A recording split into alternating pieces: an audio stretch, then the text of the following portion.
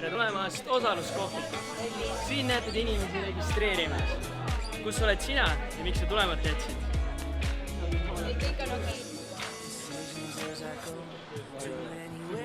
Väga ilus.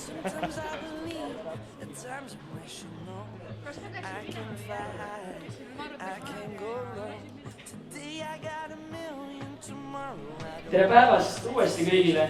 Mina olen Sander Pettai ning juhin teid läbi meie meeldiva õhtu. Tervituseks on sõna Viljandi maavanemal Erik Palmil. Oma kodu maakonda ja riiki arendada. Ja mis saab ühele maavanemale parem motivatsioon olla siin koos teiega, kuulata teid ja hiljem need mõtted, mis siin kokku võtate, oma ka tegelikult aluseks võtta. Lapsi, kus ma elan ja töötan. Aga teine küsimus on olete meile lapsevanemale, kelle laps on 85 aastat. Ma võtan näiteks esimesena, mina olen Juhan ja Jaagup Kreem. Rääkimine, oma arvamuse avaldamine. Sellepärast on see vihakõne teema üsna keeruline ja käima pannakse. Maa nagu selles mõttes, et väljaspool siis asula.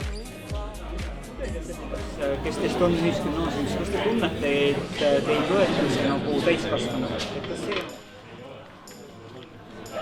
käitumine, aga nagu tekib see küsimus, Kujutate elu üldse ilma nutiseadmeteta ette endale? Osaluskohvikul on läinud väga hästi jutud juba käima. Siin me näeme liikumas väga huvitavaid noori. Juba arutlus käib, praegu nad tutvuvad. Grete-Liis ja Kenter-Jaani. Kesklinna kool. Grete ja Kopni kool. Üks noor nüüd kujutab, jah? Teised? Keegi pole kuhugi tõmmanud.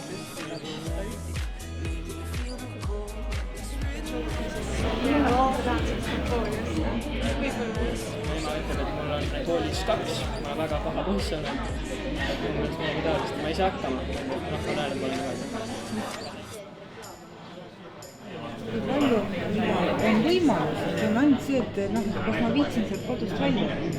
Õdedele, vendadele või siis oma lastele, et miks võiks valimas käia? Räägivad üldse poliitikast, et millistel erakondadel, millised erakonnad üldse mida teevad ja mida nad pooldavad.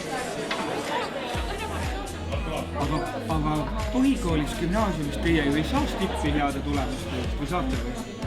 Saate raha selle? Vanemad maksavad. Vahepeal on nii, et on punktisumma näiteks kontrolltöös. Põhimõtteliselt praegu sama, ühel on 4 miinus ja teisel on 3. Aga siis lisada juurde, miks mul on 4 miinus ja miks mul.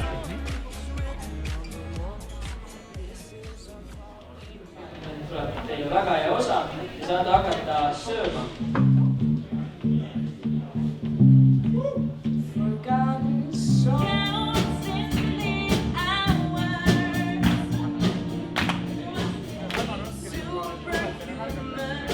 Mis laua sa oled siis? Seksuaalsus. Kuidas edeneb siis seal? See on nagu minu arvates kõige parem laud siin üldse, juba aastaid olnud. Meeldib see teema lihtsalt, et tulge ja kuulake, mis meil räägitakse seal. Ja kuulake bändi!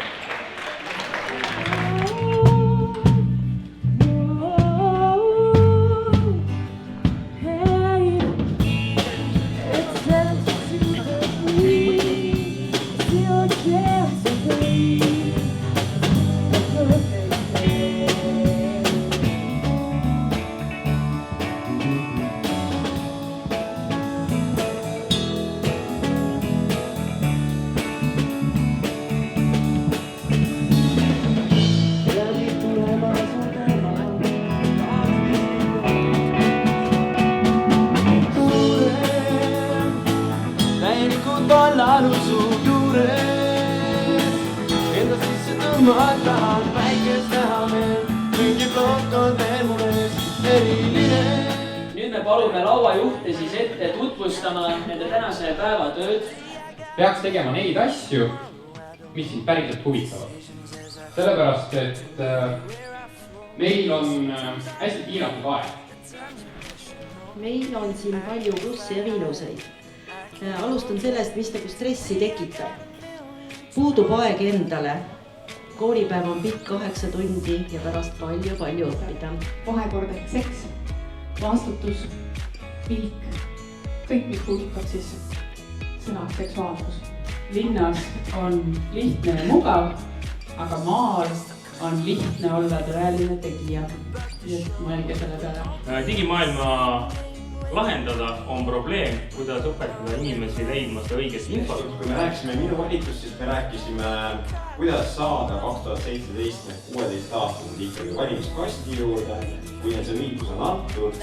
Üldse kõik see, mis mõte sellel on, seal ei olegi mingit mõtet, võiks seda koju ära minna, mitte kedagi ei koti. Ja reaalselt, kas sellel on see mingi tulemus?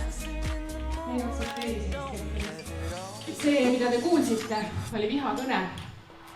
Ja vihakõne on avalik teiste vastu vaenu õhutamine. Kõik laudkonnad nõustusid ka sellega, et vihakõne on ka koolikiusamine. Aga et koolis käiakse tihti palju selleks, et saada ainult häid hindeid ja head hinded loomulikult on ju ainult 5, sest 4, 3, 2 ja nii edasi. Need ei ole ju hinded ja nende pärast koolis ei tasu käia ja selle pärast ei saa taskuraha või mida iganes mõtleda. Ehk siis küsimus, kelle jaoks me õpime?